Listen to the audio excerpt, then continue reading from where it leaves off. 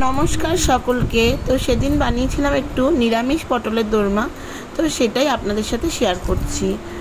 তো পটল কিন্তু আমি খোসা ছাড়াইনি, আমি হালকা করে ছুরি দিয়ে ঘষে ওপরকার ছালটা একটু ছাড়িয়ে নিয়েছিলাম। আপনারা চাইলে সেটা বটি দিয়েও করতে পারেন। দিয়ে তারপরে ভালো করে ধুয়ে নিয়ে ভেতরকার যে পটলের বীজগুলো ছিল সেগুলো চামচে করে বার করে নিয়েছিলাম। তারপরে একটু নুন মাখিয়ে খানিকক্ষণ রেখে একটু তেলে উল্টে পাল্টে ভালো করে ভেজে নিয়েছিলাম।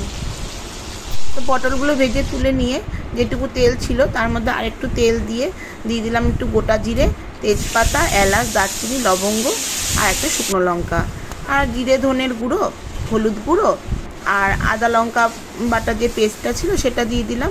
দিয়ে মশলাটা কষতে দিয়ে দিলাম। আর এদিকে পটল এবং পুর দুটোই ঠান্ডা হয়ে গিয়েছে। তো আমি পুরটা আগেই করে নিয়েছিলাম, করে ঠান্ডা হতে দিয়েছিলাম, নাহলে তো হাতে করে ভরা যায় না।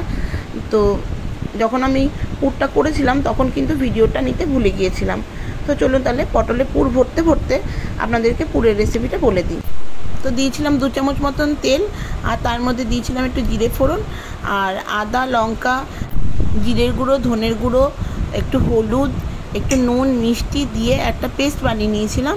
তো সেইটা দিয়ে ভালো করে ওটা কষিয়ে তার মধ্যে সেদ্ধ করা আলু একটা আর 250 মতন পনির ভালো করে স্ম্যাশ করে ওর মধ্যে দিয়ে দিয়েছিলাম। তো ভালো করে ওটাকে নাড়িয়ে চাড়িয়ে কষিয়ে একটু ঘি গরম মশলা দিয়ে নামিয়ে নিয়েছিলাম।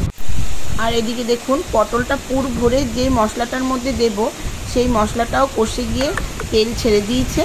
তো তার মধ্যে আমি দিয়ে দিলাম একটু টমেটো সস আর পরিমাণ মতন জল আর কটা গোটা কাঁচা লঙ্কা। তো যেহেতু আগেই কাঁচা লঙ্কা অনেকটা পেস্ট করে দেওয়া আছে সেই জন্য আর এই কাঁচা লঙ্কাগুলো চিড়ে দিলাম না। এবার ঝোলের মধ্যে পটলগুলো এক এক করে দিয়ে দিচ্ছি।